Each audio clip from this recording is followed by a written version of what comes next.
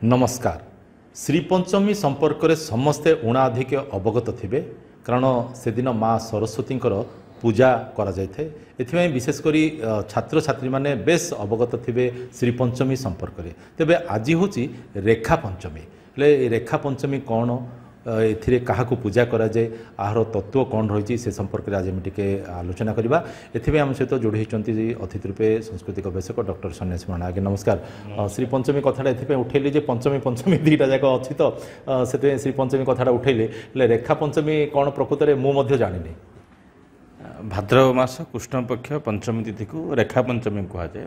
भाद्रव मास दुईटी जाक पंचमी प्रकृति में महत्वपूर्ण पंचमी। भाद्रव मास कृष्ण पक्ष जो पंचमी पड़े ताको रेखा पंचमी कहुए एवं अन्यटी भाद्रव मास शुक्ल पक्ष जो पंचमी पड़े ताको ऋषि पंचमी कहती एवं स्वतंत्र भाव में नुआखाई से दिन पालन हुए। पंचमीर महत्व एभली भाव तिथि मान मध्य पंचमीर महत्व को सर्वाग्रे एक सुंदर मुहूर्त बोली विचार करा जायछि। तेबे जो बड़ा सुंदर कथा रहा रेखा पंचमी। तेबे रेखा पंचमी कौन एक्चुअली आपको रक्षा पंचमी बोली कहीं कहीं कहती एवं अन्य कथार आपको बाघ मामूर पूजा बोली विचार करा जाए। प्रायतः ब्राह्मण करण क्षत्रिय बा सामंत श्रेणी लोक मैंने थांती उच्च जाति संपन्न लोक मैंने थांती से निज घर को एक स्वतंत्र प्रकरण माध्यम बंधन करती। आपड़ देखु अनुभव करेंगे वर्षा दिन होती सर्पर गात्र पानी पशि सबू घर हरा होती बास हरा होती जो सब सरीसृप कथा कहतु कि वन्य जंतु कथा कहतु कि नुआ जीवाणु भूताणु माने कहतु जो एम सब घर भितर प्रवेश करती घर भितर भय सृष्टि आशंका थाए।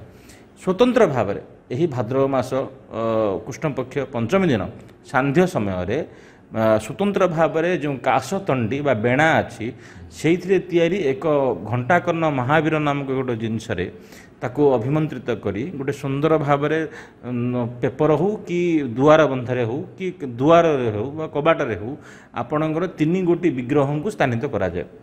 कौन स्थानित करा जाए?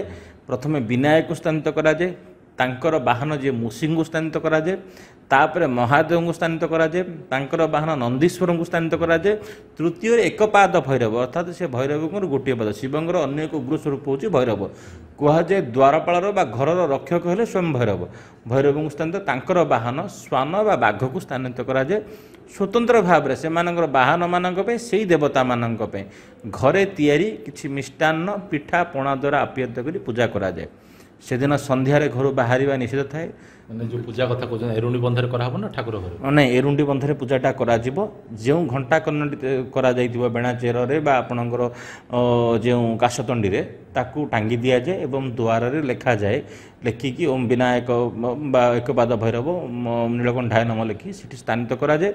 स्वतंत्र भाव में घरे तैयारी होता पिठा अरुआरे पिठा पणा को पूजा करा जाए एवं पिठा पणा बाहर थोई दिया जाए।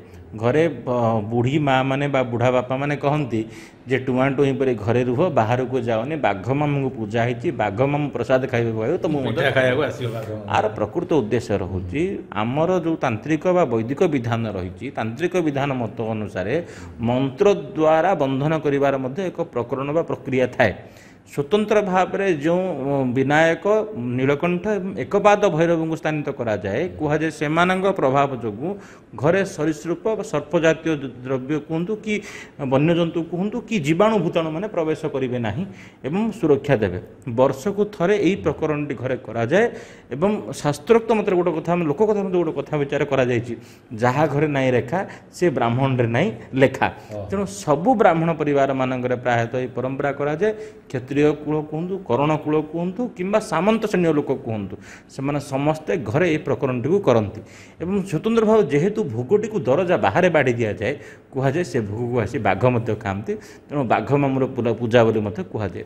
एवं रेखा पंचमी दिन स्नान पूर्णिमा पूर्व जो भाव में महाप्रभुर चिता लगी दिन सुवर्ण चिता लगी हेले महास्वतंत्र भाव में यही दिन में राहु रेखा लगी हेबे अर्थात आमर श्री जगन्नाथ सत्वलिपि अनुसार आज पर्यंत महाप्रभु जगन्नाथ हेले जन नाबालक तांकु दृष्टि पड़ जाए। तेणु सी स्वतंत्र भाव में राहु रेखा धारण करती मस्तक से राहु रेखा तांको विभिन्न विपद आपद दृष्टि रक्षा करे अनेक भक्त अनेक जिन को देखती राहु रेखा द्वारा से मनुष्यर समस्या समाधान करती एवं राहु रेखा धारण करती तेणु से ही रेखा एवं घरे जो द्वार रे बा कबाटर जो रेखा कटा जाए से रेखा को विधिवत नाम अनुसार यही पंचमी नाम हूँ रेखा पंचमी यह एक माने पल्ली कहतु सहर कहतु जो अंचल मान सामंत श्रेणी लोक मैंने रहती से मैंने पर्व को पालन करती यह उत्कलीय विविधतार एक अनन्य पर्व एवं महाप्रभु जो 12 मास 13 यात्रा अच्छी ये गोटे उपजात्रा हूँ यात्रा